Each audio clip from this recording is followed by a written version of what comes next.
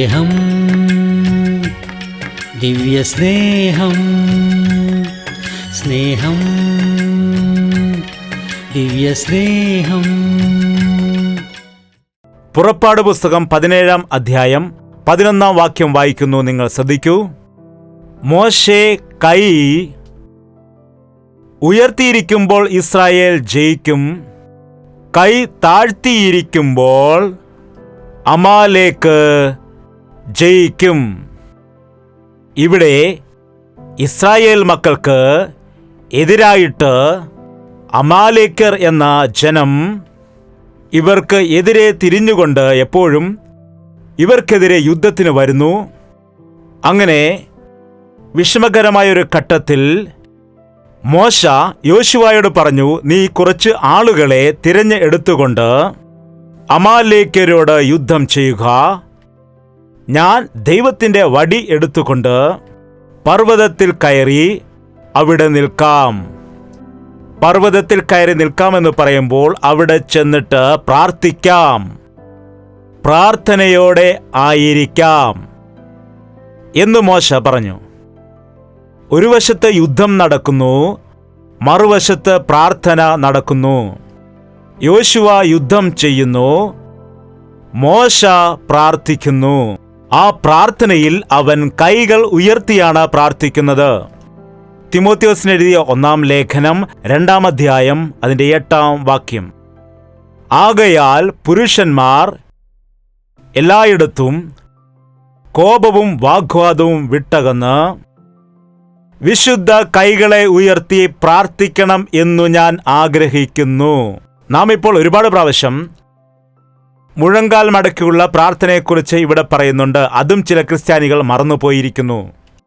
പ്രാർത്ഥനയിൽ മുഴങ്കാൽ മടക്കി പ്രാർത്ഥിക്കണം എന്ന വിഷയം മറന്നുപോയിരിക്കുന്നു. എന്നാൽ പുരുഷന്മാർക്ക് മറ്റൊരു കാര്യത്തെ ഇവിടെ പൗലോസ് പറയുകയാണ്. എല്ലായിടത്തും, ആലയത്തിൽ മാത്രമല്ല, എല്ലാവരും കൂടി വരുമ്പോൾ മാത്രമല്ല, നിന്റെ വീട്ടിലും ഏകാന്തമായ സ്ഥലത്തും ദൈവത്തിൻ്റെ ആലയത്തിലും ദൈവസന്നിധിയിലും എല്ലായിടത്തും പുരുഷന്മാർ കോപവും വാഗ്വാദവും വിട്ടകന്ന് വിശുദ്ധമായ കൈകളെ ഉയർത്തി പ്രാർത്ഥിക്കണം. നാം പലപ്പോഴും കൈകൾ ഉയർത്തി ഹല്ലേലൂയ ഹല്ലേലൂയ എന്ന് പറയുന്നത് കേട്ടിട്ടുണ്ടെന്നാൽ കൈകൾ ഉയർത്തി പ്രാർത്ഥിക്കുന്നത് എത്ര പേർക്ക് അറിയാം? നമ്മുടെ കൈകൾ ഉയർത്തുന്ന സമയം നമ്മുടെ കൈകളെ കർത്താവെ വിശുദ്ധീകരിക്കണമേ. നമ്മുടെ കരങ്ങൾ കൊണ്ട് നാം ഒരുപാട് പാപം ചെയ്യുന്നുണ്ട്. യഥാർത്ഥത്തിൽ മനുഷ്യന് കൈകൾ എന്ന് പറഞ്ഞാൽ എത്രയോ പ്രധാനപ്പെട്ടതാണ്. നാം അത് മനസ്സിലാക്കുന്നതേ ഇല്ല. കൈകൾ ഇല്ലാത്ത ആളുകൾ അവരുടെ കാലുകൾ കൊണ്ട് എഴുതുവാനും അതുപോലെ ഓരോരോ കാര്യങ്ങൾ ചെയ്യുവാനും എത്രമാത്രം കഷ്ടപ്പെടുന്നുണ്ട്. കാണുമ്പോൾ നാം അത്ഭുതപ്പെടാറുണ്ട്. ഓർക്കുക, നമ്മുടെ കൈകൾ കൊണ്ട് നാം എത്രയോ ജോലികൾ ചെയ്യുന്നുണ്ട് എന്ന് ഒരു നിമിഷം ഓർക്കൂ. ഇവിടെ വാദ്യോപകരണങ്ങൾ വായിക്കുന്നവരെ നോക്കൂ. അവർക്ക് കൈവിരലുകൾ ഉള്ളത് കൊണ്ടാണ്. അതുപോലെ കീബോർഡ് വായിക്കുന്ന ആളുകൾ, തബല വായിക്കണമെന്നുണ്ടെങ്കിൽ, ദേവദാസിന് മൈക്ക് പിടിക്കണമെന്നുണ്ടെങ്കിൽ, എന്താണ്, നിങ്ങൾക്ക് വെള്ളം എടുത്തുകൊണ്ട് വരണമെങ്കിൽ, എവിടെയെങ്കിലും കയറണമെങ്കിൽ, എന്തെങ്കിലും ജോലി ചെയ്യണമെങ്കിൽ, നിങ്ങൾക്കൊരു സ്റ്റെയർ കേസ് കയറി പോകണമെങ്കിൽ, നിങ്ങളുടെ കുഞ്ഞിനെ നിങ്ങൾക്ക് എടുക്കണമെന്നുണ്ടെങ്കിൽ, നമ്മുടെ കൈകൊണ്ട് എത്രയോ പണികളാണ്. ആഹാരം പാകം ചെയ്യുന്നത്, കഴിക്കുന്നത്, അങ്ങനെ എത്രയോ പണികളാണ് കൈകൾ കൊണ്ട് നാം ചെയ്യുന്നത്. നമുക്ക് നന്മ ചെയ്യുവാൻ വേണ്ടി, നല്ല കാര്യങ്ങൾ ചെയ്യാനാണ് ദൈവം കൈകൾ തന്നത്. ആഹാരം കഴിക്കാൻ ദൈവം കൈകൾ തന്നു. ശുദ്ധീകരിക്കുവാൻ വേണ്ടി ദൈവം കൈകൾ തന്നു. നമ്മുടെ കൈകൾ കൊണ്ട് എത്രയോ പ്രയോജനങ്ങൾ ഉണ്ട്. എന്നാൽ നാം ഇത് എന്തിനു വേണ്ടിയാണ് ഉപയോഗിക്കുന്നത്? അനേകം ആളുകൾ ഈ കൈകളെ പാപം ചെയ്യാൻ വേണ്ടി ഉപയോഗിക്കുന്നു, പാപകാര്യങ്ങൾക്ക് വേണ്ടി ഉപയോഗിക്കുന്നു. വഞ്ചന ചെയ്യുന്നതിന് വേണ്ടി, മോഷണം ചെയ്യുന്നതിന് വേണ്ടി, പാപം ചെയ്യുന്നതിനായി, മറ്റുള്ളവരെ ഉപദ്രവിക്കുന്നതിന്, മറ്റുള്ളവരെ കൊല്ലുന്നതിനായി, മറ്റുള്ളവരെ ദ്രോഹിക്കുന്നതിന് വേണ്ടി ഇന്ന് എത്രയോ ആളുകൾ തങ്ങളുടെ കൈകളെ ദുരുപയോഗം ചെയ്യുന്നുണ്ട്. നാം ദൈവത്തിൻ്റെ മക്കളായി കഴിയുമ്പോൾ നമ്മുടെ ശരീരം ദൈവത്തിൻ്റെ മന്ദിരം ആയിരിക്കുന്നു. നമുക്ക് ദൈവം കൈകൾ തന്നത് കൈകൾ കോർത്ത് പ്രാർത്ഥിക്കുന്നതിനാണ്, മറ്റുള്ളവരെ സഹായിക്കുന്നതിനായി, മറ്റുള്ളവരുടെ കണ്ണുനീർ തുടയ്ക്കുന്നതിനായി, മറ്റുള്ളവർക്ക് പങ്കുവയ്ക്കുന്നതിനായി, മറ്റുള്ളവർക്ക് നന്മ ചെയ്യാൻ ദൈവം നമുക്ക് കൈകൾ തന്നു. പ്രാർത്ഥന ചെയ്യുന്ന ആളിൻ്റെ പ്രാർത്ഥന ദൈവം കേൾക്കുന്നില്ലെങ്കിൽ അതിൻ്റെ അർത്ഥം നിന്റെ ഹൃദയത്തിൽ പാപം ഉണ്ടായിരിക്കുവാൻ പാടില്ല. നിന്റെ ശരീരത്തിലും പാപവും പാപത്തിന്റെ ശീലവും ഉണ്ടായിരിക്കുവാൻ പാടില്ല. വിശുദ്ധമായ കരങ്ങൾ ഉയർത്തി ഇനി ഒരു വിഷയം, കോപത്താൽ. ചിലർ കോപത്താൽ പ്രാർത്ഥിക്കുന്നവരുണ്ട്. ആ കോപം വരുന്ന സമയത്ത് കോപത്താൽ പ്രാർത്ഥിക്കുകയാണ് എങ്കിൽ അത് കേൾക്കുകയില്ല. സംശയം, സന്ദേഹത്തോടെ പ്രാർത്ഥന ചെയ്താൽ നമുക്ക് മറുപടി ലഭിക്കില്ല. അതുകൊണ്ടാണ് പറയുന്നത്, നിങ്ങൾ പ്രാർത്ഥിക്കുന്ന സമയമെല്ലാം നിങ്ങളുടെ വിരോധികളോട് ക്ഷമിക്കൂ. നിങ്ങൾ പ്രാർത്ഥന ആരംഭിക്കുന്നതിന് മുൻപായിട്ട് ആരോടെങ്കിലും നിങ്ങൾക്ക് വിഷമം ഉണ്ടെങ്കിൽ, ആരോടെങ്കിലും നിങ്ങൾക്ക് കോപമുണ്ടെങ്കിൽ, ഒരുപക്ഷെ നിങ്ങൾ ദ്രോഹിച്ചിട്ടില്ല എങ്കിലും നിങ്ങളോട് അവർ ദ്രോഹം ചെയ്തിട്ടുണ്ടെങ്കിൽ, അവർ നിങ്ങൾക്ക് അന്യായം ചെയ്തിട്ടുണ്ടെങ്കിൽ, അവർ നിങ്ങൾക്ക് അനീതി ചെയ്തിട്ടുണ്ടെങ്കിൽ, നിങ്ങൾക്ക് എപ്പോഴും അവരോട് ഒരു വല്ലാത്ത പിണക്കമുണ്ടായിരിക്കും, വല്ലാത്തൊരു വിഷമം ഉണ്ടായിരിക്കും. അതും ഒരു കോപം തന്നെയാണ്. കോപം എന്ന് പറഞ്ഞാൽ ഉറക്കെ വഴക്ക് പറയുന്നതല്ല, മറ്റുള്ളവരെ ചീത്ത പറയുന്നതല്ല കോപം എന്ന് പറയുന്നത്. മറ്റുള്ളവർ ചെയ്തതിനെക്കുറിച്ച് നിന്റെ ഹൃദയത്തിൽ നിനക്ക് വല്ലാത്തൊരു വിഷമം തോന്നുന്നുണ്ടെങ്കിൽ, അവരോട് ദേഷ്യമുണ്ടെങ്കിൽ, എപ്പോഴും അതിനെക്കുറിച്ച് തന്നെ ആലോചിച്ചു കൊണ്ടിരുന്നാൽ നിന്റെ ഹൃദയത്തിൽ സമാധാനമില്ലാതിരിക്കുകയും നിന്റെ പ്രാർത്ഥന ഒരിക്കലും സ്വർഗത്തിലേക്ക് കേൾക്കുകയില്ല. അതുകൊണ്ട് ക്ഷമിക്കുക. നീ അവരുടെ അടുക്കൽ പോയില്ലെങ്കിലും, ഒരുപക്ഷെ നിനക്ക് ക്ഷമിക്കുവാൻ കഴിയാത്തവണ്ണമുള്ള തെറ്റ് നിന്നോട് ആരെങ്കിലും ചെയ്തിട്ടുണ്ടെങ്കിൽ, നിന്നെ വേദനിപ്പിച്ചിട്ടുണ്ടെങ്കിൽ, വിഷമിപ്പിച്ചിട്ടുണ്ട് എങ്കിൽ, ഒരുപക്ഷെ അത് നിന്റെ വീട്ടുകാർ ആയിരിക്കാം, നിന്റെ ഭാര്യ ആയിരിക്കാം, നിന്റെ ഭർത്താവായിരിക്കാം, അല്ലെങ്കിൽ നിന്റെ മക്കൾ ആയിരിക്കാം, നിന്റെ മാതാപിതാക്കളായിരിക്കാം, നിന്റെ കൂട്ടുകാരായിരിക്കാം, നിന്റെ കൂടെ ജോലി ചെയ്യുന്ന ആളുകളായിരിക്കാം. ആരാണെങ്കിലും നമുക്ക് കോപമുണ്ടാകുന്നത് സാധാരണമാണ്. എന്നാൽ നിന്റെ മനസ്സിൽ കോപം വന്നിട്ട് പാപം ചെയ്യാനിടയാകരുത്. നിന്റെ കോപം സൂര്യൻ അസ്തമിക്കുവോളം നീട്ടിവെക്കരുതെന്ന് ദൈവവചനം പറയുന്നു. അതുകൊണ്ട് നീ പ്രാർത്ഥിക്കുക. ആരോടും കോപപ്പെടാതെ നീ ശ്രമിച്ചുകൊണ്ട്, മനസ്സിൽ ഒരുവിധമായ സംശയവുമില്ലാതെ, നിന്റെ കൈകൾ കൊണ്ട് ചെയ്ത തെറ്റുകളെല്ലാം ഏറ്റുപറഞ്ഞ് ക്ഷമ പ്രാപിച്ച് നിന്റെ വിശുദ്ധമായ കരങ്ങൾ ഉയർത്തിക്കൊണ്ട് പ്രാർത്ഥിക്കണം. കൈകൾ ഉയർത്തി പ്രാർത്ഥിക്കേണ്ടതാണ്. നാം അനേക പ്രാവശ്യവും പ്രാർത്ഥിക്കുന്നുണ്ട്, എന്നാൽ ഇങ്ങനെ നാം അനുവർത്തിക്കുന്നില്ല. യേശുക്രിസ്തു സ്വർഗത്തിലേക്ക് കയറിപ്പോയപ്പോൾ അവൻ കരങ്ങളെ ഉയർത്തി അവരെ അനുഗ്രഹിച്ചു എന്ന് വചനം പറയുന്നു. എന്തുകൊണ്ടാണ് അവൻ്റെ ആ ശാരീരികമായ രീതിയിൽ ആ എക്സ്പ്രഷൻ വന്നത്? നമ്മുടെ ശരീരം ദൈവത്തിൻ്റെ മന്ദിരമായിരിക്കുന്നു. ദൈവത്തെ ആരാധിക്കുവാൻ വേണ്ടിയാണ് നമ്മുടെ ശരീരത്തെ ദൈവം നൽകിയിരിക്കുന്നത്. നമ്മുടെ ശരീരം കൊണ്ട് നാം അനേക തെറ്റുകൾ, പാപങ്ങൾ എല്ലാം ശരീരം കൊണ്ട് ചെയ്യുന്നു, നമ്മുടെ അവയവങ്ങൾ ഉപയോഗിക്കുന്നു. എന്നാൽ ദൈവസന്നിധിയിൽ വരുമ്പോൾ മാത്രം ഒരു കല്ല് പോലെ നാം അനങ്ങാതെ കുലുങ്ങാതെ ഇരുന്ന് ഹല്ലേലൂയ ഹല്ലേലൂയ എന്ന് പറയുന്നവർ കുറെ ആളുകൾ. എന്താണ്? കൈകടിക്കാതെ, കൈകാലുകൾ അനക്കാതെ. കൈകൾ അനങ്ങില്ല, കാലുകൾ അനങ്ങില്ല, ഹൃദയമാണെങ്കിൽ ഒട്ടും അനങ്ങുകയില്ല. ആ പ്രാർത്ഥന ദൈവസന്നിധിയിൽ ചെല്ലുകയില്ല. എപ്പോഴാണോ ദൈവസന്നിധിയിൽ ചെന്നിട്ട് നാം കൈകൾ ഉയർത്തി പ്രാർത്ഥിക്കുന്നത്, കർത്താവേ, ഞാൻ നിസ്സഹായനാണ്, എന്നെ സഹായിക്കൂ, ഞാൻ നിന്നെ അനുസരിക്കുകയാണ്, നിന്റെ ഹിതം ചെയ്യണം, നിന്റെ ഇഷ്ടം ചെയ്യൂ, നിന്റെ ഹിതം എന്നിൽ നിറവേറ്റണം, നിന്റെ ഇഷ്ടം എന്നിൽ നിറവേറ്റണം, നീ പറയുന്ന പോലെ ഞാൻ ചെയ്യാം, നീ പറയുന്ന പോലെ പ്രവർത്തിക്കാം, നിനക്ക് കീഴ്പ്പെടാമെന്ന് സമർപ്പിക്കുകയാണത്. കൈകൾ ഉയർത്തുന്ന സമയത്ത് മുകളിലേക്ക് കൈ ഉയർത്തുമ്പോൾ മുകളിലുള്ള സ്വർഗത്തിലേക്ക് നാം കൈ ഉയർത്തുകയാണ്. നാം ഇങ്ങനെ മുൻപോട്ട് കാണിക്കുകയാണെങ്കിൽ അത് മനുഷ്യരോടാണ് പറയുന്നത്. ദൈവത്തോട് ഇങ്ങനെ ആരെങ്കിലും പറയുമോ? എന്താണ്? ദൈവത്തെങ്കിലേക്ക് കരങ്ങൾ ഉയർത്തുന്ന സമയത്ത് സ്വർഗത്തിൽ കുലുക്കം ഉണ്ടാകും. നാം സ്വർഗത്തിലേക്ക് കരങ്ങൾ ഉയർത്തി പ്രാർത്ഥിക്കുമ്പോൾ, കർത്താവിങ്കിലേക്ക് പ്രാർത്ഥിക്കുന്ന സമയം, നിന്റെ തലയ്ക്ക് മീതെ ഉള്ളതായ, നിന്റെ വീടിന് മേലെ ഉള്ളതായ, മുകളിൽ സഞ്ചരിക്കുന്ന ദുരാത്മാക്കൾ എല്ലാം നീ ഉച്ചരിക്കുന്ന ദൈവത്തിന്റെ നാമം അനുസരിച്ച് പിശാചിന് നിൽക്കുവാൻ കഴിയത്തില്ല. യേശുവിന്റെ നാമമെന്ന് പറയുമ്പോൾ പിശാചിന് ഡ്രന്നാവും, തീ ഇറങ്ങുന്നത് പോലെ തോന്നും. നിങ്ങൾ കണ്ടിട്ടില്ലേ, ചില സമയത്ത് ദൈവസന്നിധിയിലായിരിക്കുമ്പോൾ യേശുവിന്റെ രക്തത്താൽ ജയം എന്ന് പറഞ്ഞ് നമ്മൾ പാടുന്ന സമയത്ത് ചില ആളുകൾ ചെവി ഇങ്ങനെ പൊത്തിപ്പിടി, നിർത്തു നിർത്തു നിർത്തു എന്ന് പറയും. എന്താണ് സംഭവിച്ചത്? ആ നാമം കേൾക്കാൻ കഴിയില്ല, പിശാചിന് അവിടെ ഇരിക്കുവാൻ കഴിയില്ല. നിങ്ങൾ എപ്പോഴാണ് യേശുവിന്റെ നാമത്തിൽ പ്രാർത്ഥിക്കുന്നത്, ആ അന്തരീക്ഷമെല്ലാം ക്ലിയറായി മാറാനിടയാകും. അന്ധകാരത്തിന്റെ മണ്ഡലമെല്ലാം അഴിഞ്ഞു പോകാനിടയാകും. സ്വർഗത്തിൽ നിന്ന് ദൂതന്മാരുടെ സമൂഹം നിനക്ക് ഇറങ്ങി വരും. ദൂതന്മാരുടെ സമൂഹത്തെ നിനക്ക് വേണ്ടി അയച്ച് ദൈവം സഹായിക്കാനിടയാകും. യഹോവയിൽ ഭയഭക്തിയോടെ ആയിരിക്കുന്നവരുടെ ചുറ്റും അവന്റെ ദൂതന്മാർ കാവലായിരിക്കുന്നു. അതുകൊണ്ട് നാം കൈ ഉയർത്തി പ്രാർത്ഥിക്കുമ്പോൾ സ്വർഗത്തിൽ ചലനങ്ങൾ ഉണ്ടാകുന്നു. കർത്താവിനെ വിളിക്കുകയാണെന്ന്, സ്വർഗത്തോട് അപേക്ഷിക്കുകയാണെന്ന്. മുഴങ്കാൽ മടക്കി പ്രാർത്ഥിക്കുക എന്നത് എളുപ്പമാണോ ബുദ്ധിമുട്ടാണോ? ബുദ്ധിമുട്ടാണ്. കൈകൾ ഉയർത്തി പ്രാർത്ഥിക്കുന്നത് എളുപ്പമാണോ ബുദ്ധിമുട്ടാണോ? എത്ര സമയം കൈ ഉയർത്തി പിടിക്കാൻ കഴിയും? എല്ലാവരും കൈ ഉയർത്തി നോക്കുക. നമുക്കൊരു മത്സരം നടത്താം. പിന്നീട് നമുക്ക് സമയമില്ല. ഹല്ലേലൂയ. നമ്മൾ കൈകൾ ഉയർത്തിയിരിക്കുന്ന സമയം ആകാത്ത വഴി നടക്കുന്ന മത്സരമുള്ള ജനത്തിങ്കിലേക്ക് ഞാൻ ഇടവിടാതെ കൈ നീട്ടുന്നു.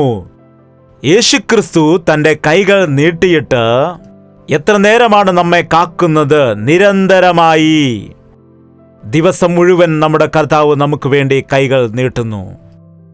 മോശ കൈകൾ ഉയർത്തി പ്രാർത്ഥിക്കുന്ന സമയത്ത് അമാലേക്ക് പരാജയപ്പെടാനിടയായി. നമ്മൾ കൈകൾ ഉയർത്തി പ്രാർത്ഥിക്കുന്നതായ സമയത്ത് ശത്രുവിനെ നാം തോൽപ്പിക്കുകയാണ്. കത്തിയും കഠാരയുമല്ല നമ്മുടെ കൈകളിലുള്ളത്, മായയും മന്ത്രവുമല്ല നമ്മുടെ കൈകളിലുള്ളത്. നമ്മൾ കൈകൾ ഉയർത്തിയിട്ട് കർത്താവേ എന്നെ സഹായിക്കണമേ എന്ന് പറയുമ്പോൾ അവൻ ആകാശത്ത് നിന്ന് തൻ്റെ കൈകൾ നീട്ടിയിട്ട് ഈ മൂലയിലിരിക്കുന്ന നിന്നെ പിടിക്കുവാൻ തക്കവണ്ണം നീളമുള്ള കൈകളാണത്.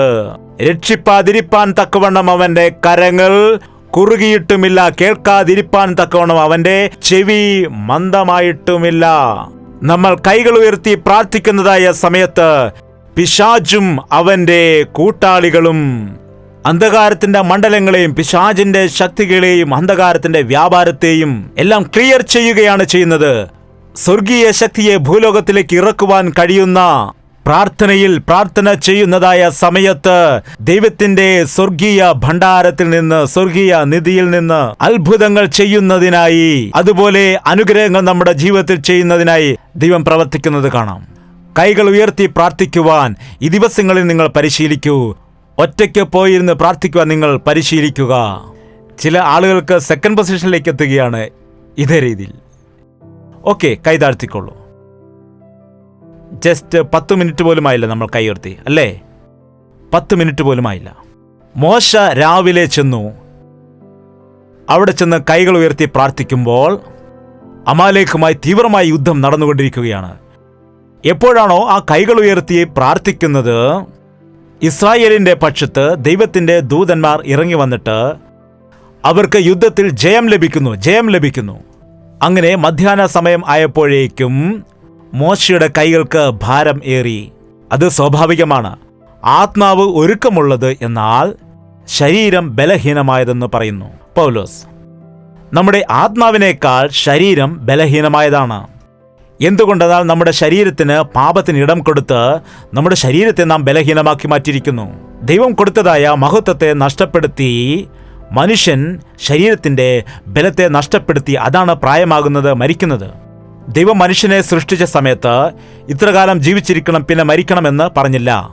നാം എല്ലായ്പ്പോഴും നല്ല ആരോഗ്യമുള്ളവരായി, യങ് പീപ്പിൾസായി, യൗവനക്കാരായി ഇരിക്കാൻ, എപ്പോഴും നല്ല 30 വയസ്സ് പ്രായമുള്ള വ്യക്തികളെ പോലെ ആയിരിക്കുവാൻ, നിത്യമായി ജീവിക്കുന്നതിന് വേണ്ടിയാണ് ദൈവം നമ്മെ സൃഷ്ടിച്ചത്. എന്നാൽ മനുഷ്യൻ അനുസരണക്കേട് കാണിച്ചിട്ട് ദൈവത്തിന്റെ മഹത്വത്തെ നഷ്ടപ്പെടുത്താനിടയായി. ആ പാപ സ്വഭാവം കൊണ്ട് നാം നിത്യമായി ജീവിക്കുകയാണെങ്കിൽ അത് നമുക്ക് തന്നെ നഷ്ടമാണെന്ന് പറഞ്ഞ് നമുക്ക് മരണം ഏർപ്പെടുത്താനിടയായി. ഒരു വിധത്തിൽ അത് നമുക്ക് അനുഗ്രഹമാണ്. ഒരു വേള നിങ്ങൾ ആലോചിക്കൂ, നമ്മുടെ ഭവനത്തിലുള്ള അപ്പൂപ്പന്മാരും അമ്മൂമ്മമാരും അവരുടെ അപ്പൂപ്പന്മാരും എല്ലാം ജീവിച്ചിരിക്കുകയാണെങ്കിൽ നിങ്ങൾ വിചാരിക്കൂ, നമ്മുടെ കട്ടിലൊരു 10-15 പേര് അങ്ങനെ കിടക്കുകയാണ്. എന്താണെന്ന് വെച്ചാൽ അവർക്ക് മരണം ഇല്ലല്ലോ. നിങ്ങളുടെ അപ്പൂപ്പനുണ്ട്, അവരുടെ അപ്പൂപ്പനുണ്ട്, അവരുടെ അപ്പനുണ്ട്, അവരുടെ മക്കളുണ്ട്, എല്ലാവരുമുണ്ട്. അങ്ങനെ എല്ലാവരും കൂടെ മരിക്കാതെ അങ്ങനെ പ്രായം ചെന്ന് നടക്കുവാൻ കഴിയാതെ, കൈകളൊന്നും അനക്കുവാൻ കഴിയാതെ ഇങ്ങനെ മൂലക്കിരിക്കുകയാണെങ്കിൽ എന്ത് സംഭവിക്കും? എന്താണ് ദൈവം നമ്മുടെ ഈ പാപ ജീവിതത്താൽ നാം ആയിരിക്കുവാൻ പാടില്ല എന്ന് പറഞ്ഞ് നമുക്ക് മഹത്വമുള്ള ജീവിതത്തെ നൽകാമെന്ന് പറഞ്ഞ് മരണം നൽകി. അതുകൊണ്ടാണ് നാം ആത്മാവിനാൽ ശരീരക്രിയകളെ കൊല്ലണമെന്ന് പറയുന്നത്. ഹൃദയത്താൽ ചെയ്യുന്ന പ്രാർത്ഥനയ്ക്കും നിന്റെ ശരീരക്രിയകളെയെല്ലാം ദൈവത്തിൽ ഏൽപ്പിച്ച് ചെയ്യുന്ന പ്രാർത്ഥനയ്ക്കും എത്ര ശക്തിയുണ്ട്! മറ്റൊരു രീതിയിൽ പറയുകയാണെങ്കിൽ, നീ സാധാരണ ചെയ്യുന്ന പ്രാർത്ഥനയ്ക്കും മുഴങ്കാൽ മടക്കി ചെയ്യുന്നതായ പ്രാർത്ഥനയ്ക്കും വ്യത്യാസം ഉണ്ട്. നീ ചെയ്യുന്ന സാധാരണമായ പ്രാർത്ഥനയ്ക്കും കൈകൾ ഉയർത്തി ചെയ്യുന്ന പ്രാർത്ഥനയ്ക്കും വ്യത്യാസം ഉണ്ട്. നീ കൈകൾ ഉയർത്തി ചെയ്യുന്നതായ പ്രാർത്ഥനയിൽ നിനക്ക് മറ്റൊരു ചിന്തകളും ഉണ്ടാകില്ല. നിന്റെ ശ്രദ്ധ മാറിപ്പോവില്ല. നിനക്ക് ഡിസ്റ്റർബൻസ് ഒന്നും ഉണ്ടാകില്ല. ഒരുപക്ഷെ നീ ചിന്തിക്കും, ഒരു 10-15 മിനിറ്റ് മാത്രമേ നിനക്ക് കൈ ഉയർത്തുവാൻ കഴിയൂ. എന്നാൽ നീ പ്രാർത്ഥിക്കുന്നതായ സമയത്ത് ദൈവം തന്റെ ആത്മാവിനെ നമ്മിലേക്ക് അയച്ചിട്ട്, റോമർക്കെഴുതിയ ലേഖനം 8-ാം അധ്യായം 26-ാം വാക്യം, അവണ്ണം തന്നെ ആത്മാവ് നമ്മുടെ ബലഹീനതയ്ക്ക് തുണ നിൽക്കുന്നു. എങ്ങനെയെന്നാൽ, വേണ്ടതുപോലെ പ്രാർത്ഥിക്കേണ്ടത് എന്തെന്ന് നാം അറിയുന്നില്ലല്ലോ. ആത്മാവ് തന്നെ ഉച്ചരിച്ചുകൂടാത്ത ഞരക്കങ്ങളാൽ നമുക്കു വേണ്ടി പക്ഷവാദം ചെയ്യുന്നു. കുറെ സമയം നീ പ്രാർത്ഥിക്കുന്ന സമയത്ത് നിനക്ക് ക്ഷീണം വന്നേക്കാം. കൈകൾ ഉയർത്തിയാലും മുഴങ്കാൽ മടക്കിയാലും പ്രാർത്ഥിക്കുന്ന വിഷയത്തിലായാലും. എപ്പോഴാണോ നിന്റെ പ്രാർത്ഥനയിൽ ആദ്യമുള്ള ഒരു 10-15 മിനിറ്റ് പ്രാർത്ഥനയിൽ നീ ഏകാഗ്രതയോടെ ഇരിക്കുമ്പോൾ, പ്രാർത്ഥനയിൽ നീ സമർപ്പണത്തോടെ ആയിരിക്കുമ്പോൾ, നിന്റെ ശരീരത്തെ സമർപ്പിക്കുന്നത്, നിന്റെ മനസ്സിനെ സമർപ്പിച്ചുകൊണ്ട് പ്രാർത്ഥിക്കുമ്പോൾ, ആ സമയത്ത് പരിശുദ്ധാത്മാവ് നിങ്ങൾക്ക് വേണ്ടി എങ്ങനെയുള്ള പ്രാർത്ഥനയാണ്? ഉച്ചരിച്ചു കൂടാത്തവണ്ണം ഞരക്കങ്ങളാൽ ചെയ്യുന്ന പ്രാർത്ഥന. യഥാർത്ഥത്തിൽ ഇന്നുള്ള ക്രിസ്ത്യാനികളാരും ഈ അടുത്ത സ്റ്റേജിലേക്ക് പോകുന്നില്ല. എന്താണ്?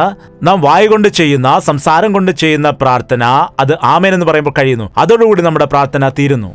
അത് ബിഗിനിങ് മാത്രമാണ്, ഒരു ആരംഭം മാത്രമാണ്. നീ പ്രാർത്ഥിച്ചു കൊണ്ടിരിക്കുമ്പോൾ അല്പസമയം കഴിഞ്ഞാൽ നിനക്കറിയാൻ കഴിയില്ല എത്ര സമയം പ്രാർത്ഥിക്കുന്നു എന്ന്. നിനക്ക് സമയം അറിയാൻ കഴിയില്ല, അവിടുത്തെ അന്തരീക്ഷം അറിയാൻ കഴിയില്ല, നിനക്കുള്ള ബുദ്ധിമുട്ടോ കഷ്ടതയൊന്നും നീ ഓർക്കുകയില്ല. നീ എങ്ങനെ പ്രാർത്ഥിക്കണമെന്ന് ആലോചിച്ച് വിഷയങ്ങൾ കണ്ടെടുക്കേണ്ടതായ കാര്യം ഇല്ല. ആ പരിശുദ്ധാത്മാവിന്റെ ശക്തി നിന്നിലേക്ക് ഇറങ്ങി വരുന്ന സമയത്ത് ദൈവത്തിന്റെ ആത്മാവിന്റെ ഇഷ്ടമുള്ളതായ, ദൈവത്തിന്റെ ഹിതപ്രകാരമുള്ള, ഉച്ചരിച്ചുകൂടാൻ കഴിയാത്ത ഞരക്കങ്ങളോട് കൂടി ഉള്ളതായ പ്രാർത്ഥന ചെയ്യും. അങ്ങനെയുള്ള പ്രാർത്ഥന ആരെങ്കിലും ചെയ്തിട്ടുണ്ടോ? പറയൂ. ഞാൻ 3 ദിവസം ഉപവാസമായിരുന്നു, ഞാൻ 40 ദിവസം ഉപവാസമായിരുന്നു എന്ന് ചിലർ പറയാറുണ്ട്. നീ എത്ര ദിവസം ഉപവസിച്ചു, പ്രാർത്ഥിച്ചു എന്നതൊന്നും വിഷയമല്ല. നീ എത്ര സമയം യഥാർത്ഥമായി മുഴങ്കാലിൽ ഇരുന്നു കൊണ്ട് ദൈവത്തോട് പ്രാർത്ഥിച്ചു, അതാണ് വിഷയം. ഒരു 3 hours, 3 മണിക്കൂർ നിന്റെ സ്വന്തം ശക്തിയാൽ മുഴങ്കാൽ മടക്കി പ്രാർത്ഥിക്കാൻ കഴിയുമോ? കഴിയില്ല. എന്നാൽ പരിശുദ്ധാത്മാവിന്റെ അഭിഷേകം നിന്നിലേക്ക് ഇറങ്ങുന്ന സമയം 3 മണിക്കൂറല്ല, 6 മണിക്കൂറായാലും കണ്ണു തുറന്ന് നോക്കിയാൽ ഇപ്പോൾ 6 മണിക്കൂറായോ എന്ന് നിനക്ക് അതിശയം വരും.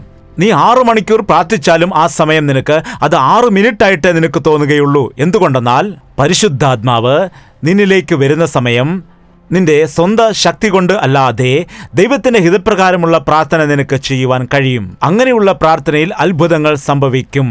അങ്ങനെയുള്ള പ്രാർത്ഥനയിൽ മനുഷ്യന് അസാധ്യമായ കാര്യം സംഭവിക്കും. എവിടെയോ യുദ്ധം നടക്കുന്ന സമയത്ത് ഇവിടെ പർവ്വതത്തിൽ കയറി നിന്ന് മോശ പ്രാർത്ഥിക്കുമ്പോൾ ഇവിടുത്തെ പ്രാർത്ഥനയ്ക്കും അവിടുത്തെ യുദ്ധത്തിനും എന്ത് കണക്ഷനാണുള്ളത്? ഇവിടെ നിന്ന് ബോംബുകൾ അയക്കുന്നുണ്ടോ, അല്ലെങ്കിൽ റോക്കറ്റ് അയക്കുന്നുണ്ടോ, മിസൈൽസ് അങ്ങോട്ട് അയക്കുന്നുണ്ടോ? എന്താണ് ഇവിടെ പ്രാർത്ഥിക്കുന്ന സമയത്ത് അവിടെ ജയം വരാനുള്ള കാരണം? എന്താണ്? അന്ധകാരത്തിന്റെ സംഹാര ശക്തികളെ നശിപ്പിക്കുന്നതിനായി, അന്ധകാരത്തിന്റെ ദൂഷ്ട ശക്തികളെ നശിപ്പിക്കുന്നതിനായി ദൈവം തന്റെ ദൂതന്മാരെ അയക്കുന്നു. നമ്മൾ കൊച്ചുകുട്ടികളെ ദൂതന്മാരെ പോലെ ഒരുക്കാറുണ്ട്. ദൂതൻ എന്ന് പറഞ്ഞാൽ ചെറിയൊരു പാവയുടെ അത്രയുള്ളൂ നാം വിചാരിക്കും. നിങ്ങൾക്കറിയാമോ, ഒരു ദൂതൻ ഒരു ദിവസം 1,20,000 പേരെ കൊല്ലുവാനിടയായി. അതായത് ആ ദൂതൻ എത്രമാത്രം ഉയരമുണ്ട്, എത്ര ശക്തിയുണ്ട്, എത്ര ബലമുണ്ട് എന്ന് നിങ്ങൾ ഒരു നിമിഷം ആലോചിക്കുക. ദൂതൻ എന്ന് പറഞ്ഞാൽ നാം വിചാരിക്കും പോലെ കൊച്ചുകുട്ടികളെ പോലെയുള്ളവരല്ല. ആകാശത്തിലുള്ളതായ ദൂതന്മാർ ആജാനുബാഹുക്കളായവരാണ്. ഈ കാലത്തിലും അതിനെ പലപ്പോഴും കണ്ടിട്ടുണ്ടെന്ന് പറയപ്പെടുന്നു. അതിൻ്റെ ഒരു ചിറക് ലഭിക്കാനിടയായി. എത്ര വലുത് ആണെന്നറിയാമോ? അതെത്ര വാസ്തവമാണോ എന്ന് നമുക്ക് അറിയുകയില്ല. എന്നാൽ ദൈവത്തിന്റെ വചനം നാം പരിശോധിക്കുകയാണെങ്കിൽ നമ്മുടെ ചിന്തകൾക്ക് അതീതമായി ദൈവത്തിന്റെ ദൂതന്മാർ എത്ര ശക്തിയുള്ളവരാണെന്ന് നമുക്ക് മനസ്സിലാക്കാൻ കഴിയും. വീണുപോയ പിശാചിന്റെ ദൂതന്മാരെ ജയിക്കുന്നതിനായി നാം പ്രാർത്ഥിക്കുന്നതായ സമയം ദൈവം സ്വർഗത്തിലെ ദൂതന്മാരെ അയക്കും. അതുകൊണ്ട് മോശ കൈ ഉയർത്തിയ സമയത്ത് എപ്പോഴും നാം ചെയ്യുന്ന പ്രവൃത്തികൾക്കും നമ്മുടെ പ്രാർത്ഥനയ്ക്കും തമ്മിൽ ബന്ധം ഉണ്ട്. കട്ടിലിൽ ഉറങ്ങാൻ കിടക്കുമ്പോൾ സമയത്ത് നിനക്ക് പ്രാർത്ഥിക്കാമെന്ന് നിങ്ങൾ വിചാരിക്കരുത്. അല്ലെങ്കിൽ ഉറക്കം തൂങ്ങിക്കൊണ്ട് കർത്താവേ യേശുവേ എന്നൊക്കെ ഉറക്കം തൂങ്ങി പ്രാർത്ഥിച്ചു എന്ന് പറയാൻ പാടില്ല. അതൊന്നും യഥാർത്ഥ പ്രാർത്ഥനയാവുകയില്ല. എന്താണ്? നീ പ്രാർത്ഥിക്കുന്ന സമയത്ത് ആ ഗൗരവം നിനക്ക് കാണണം, ആ ഏകാഗ്രത കാണപ്പെടണം. എന്താണ്? കരങ്ങൾ ഉയർത്തി അതുപോലെ മുഴങ്കാൽ മടക്കി പ്രാർത്ഥിക്കണം. എന്താണ്? യേശുക്രിസ്തു ഈ ലോകത്തിലേക്ക് വന്ന സമയത്ത്, അവൻ ഈ ലോകത്തിലേക്ക് മനുഷ്യ ശരീരത്തിൽ വസിച്ചുകൊണ്ട് ഇറങ്ങി വന്ന സമയത്ത് അവനത് നമുക്ക് കാണിച്ചു തരുവാൻ ഇടയായി. ഉച്ചത്തിൽ നാം പ്രാർത്ഥിക്കേണ്ടത് വളരെ അത്യാവശ്യമാണ്. പിശാചേ പോകൂ, പിശാചേ പോ, പിശാചേ പോകൂ പ്ലീസ് എന്നൊന്നും പ്രാർത്ഥിക്കരുത്. അങ്ങനെ പ്രാർത്ഥിച്ചാൽ അവൻ പോകില്ല. എന്താണ്?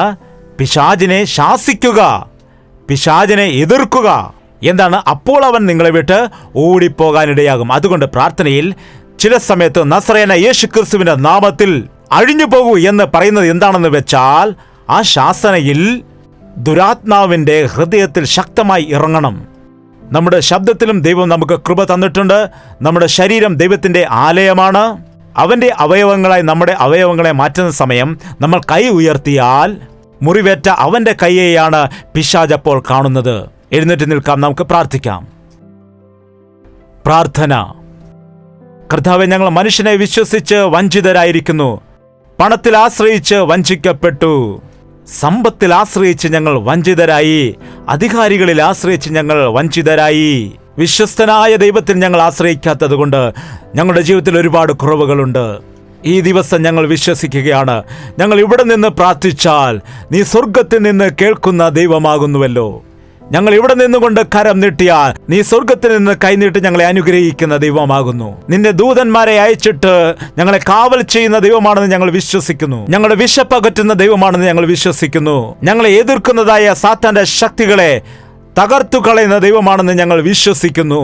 അങ്ങനെയുള്ള പ്രാർത്ഥനാ ശക്തി ഞങ്ങൾക്ക് നൽകണം. മുഴങ്കാൽ മടക്കി പ്രാർത്ഥിക്കാൻ ഞങ്ങളെ സഹായിക്കണം. കൈകൾ ഉയർത്തി പ്രാർത്ഥിക്കുവാൻ ഞങ്ങളെ പഠിപ്പിക്കണമേ.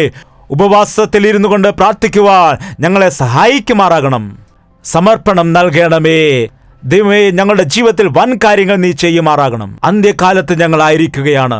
സമയം വളരെ ചുരുക്കമായിരിക്കുന്നു. ആരെ വിഴുങ്ങേണ്ടു എന്ന് നോക്കി അലറുന്ന സിംഹം പോലെ പിശാച് നടക്കുകയാണ്. ഏത് ദൈവദാസനെ വിഴുങ്ങണമെന്ന് നോക്കുന്നു, ഏത് വിശ്വാസിയെ വിഴുങ്ങണമെന്ന് നോക്കുന്നു. നിന്റെ ദാസന്മാർക്ക് വേണ്ടി പ്രാർത്ഥിക്കുവാൻ ഞങ്ങളെ സഹായിക്കുമാറാകണമേ. കർത്താവേ, ദേശത്തിനു വേണ്ടി പ്രാർത്ഥിക്കുവാൻ ഞങ്ങൾക്ക് ഭാരം നൽകണമേ. എല്ലാ വ്യക്തികളും വായി തുറന്ന് പ്രാർത്ഥിച്ചാട്ടെ. പരിശുദ്ധനായ സ്നേഹമുള്ള പിതാവേ, ഒരു പ്രാവശ്യം ഞങ്ങളെ ഒന്ന് നീ നോക്കണമേ. ഞങ്ങളെല്ലാവരും കൈകൾ ഉയർത്തി നിന്റെ സന്നിധിയിൽ നിൽക്കുകയാണ്. ഞങ്ങളെ എല്ലാവരെയും നിന്റെ സന്നിധിയിലേക്ക് ഞങ്ങൾ ഏൽപ്പിച്ചു തരികയാണ്. ഞങ്ങൾക്ക് ചെയ്യുവാൻ കഴിയാത്ത കാര്യങ്ങളെ നിന്റെ കരങ്ങളിലേക്ക് ഞങ്ങൾ ഏൽപ്പിച്ചു തരികയാണ്. സ്വർഗത്തിൽ നിന്നും നിന്റെ ദൂതന്മാരെ അയച്ച് നിന്റെ ശക്തി ഞങ്ങളിലേക്ക് പകർന്നുകൊണ്ട് ഞങ്ങളുടെ ജീവിതത്തിൽ നേരിടുന്ന പ്രതികൂലങ്ങളിൽ ഞങ്ങൾക്ക് ജയം നൽകുമാറാകണമേ. ഞങ്ങളെ വിഴുങ്ങുവാൻ വേണ്ടി പരിശ്രമിക്കുന്ന പിശാചിന്റെ ശക്തികളുടെ വായു നീ അടയ്ക്കുമാറാകണം. ഞങ്ങളെ നശിപ്പിക്കുന്നതിന് വേണ്ടി, ഞങ്ങളെ തകർത്തു കളയുന്നതിന് വേണ്ടി പരിശ്രമിക്കുന്ന നരകത്തിന്റെ ശക്തികളെ നീ ബന്ധിക്കണമേ. വാഴ്ചകളെയും അധികാരങ്ങളെയും അന്ധകാരത്തിന്റെ ശക്തികളെയും നസ്രയനായ യേശുക്രിസ്തുവിന്റെ നാമത്തിൽ അഴിച്ചു കളയുകയാണ്. നിന്നെ തൊടുന്നവൻ എൻ്റെ കണ്ണിന്റെ കൃഷ്ണമണിയിൽ ആണ് തൊടുന്നതെന്ന് പറഞ്ഞ കർത്താവേ, ഞങ്ങളുടെ കുടുംബത്തിന് ചുറ്റും നിന്റെ വേലി കെട്ടണമേ കർത്താവേ. ഞങ്ങളുടെ ജീവിതത്തിലുള്ള ചെറിയ ചെറിയ പ്രശ്നങ്ങളിൽ ഇതാ ഞങ്ങൾ നിലവിളിക്കുന്ന സമയത്ത് നീ പ്രാർത്ഥന കേട്ടിട്ട് ഞങ്ങളെ വിടുവിക്കുമെന്ന്, ഞങ്ങളെ സഹായിക്കുമെന്ന്, നീ സൗഖ്യം നൽകുമെന്ന്, നീ ഞങ്ങളുടെ വേദനകളെ മാറ്റുമെന്ന്, ഞങ്ങളെ നീ ആശ്വസിപ്പിക്കുമെന്ന്, ഞങ്ങളുടെ കഷ്ടങ്ങളിൽ നിന്ന് നീ ഞങ്ങളെ വിടുവിക്കുമെന്ന്, ഞങ്ങൾ ചോദിക്കുന്നതിലും അത്യന്തം പരമായി നൽകുമെന്ന് വിശ്വസിച്ചുകൊണ്ട് ഇവിടുന്ന് കടന്നു പോകാൻ നീ ഞങ്ങളെ സഹായിക്കണം എന്ന് യേശുക്രിസ്തുവിന്റെ നാമത്തിൽ അപേക്ഷിക്കുന്നു പിതാവേ. നമ്മുടെ പിതാവായ ദൈവത്തിന്റെ സ്നേഹവും പുത്രനായ യേശുക്രിസ്തുവിന്റെ കൃപയും ആശ്വസിപ്പിച്ച് വഴി നടത്തുന്നതായ പരിശുദ്ധാത്മാവിന്റെ കൂട്ടായ്മയും സഹവാസവും നാം എല്ലാവരോടു കൂടെ ഉണ്ടായിരിക്കുമാറാകട്ടെ. ആമേൻ, ആമേൻ, ആമേൻ.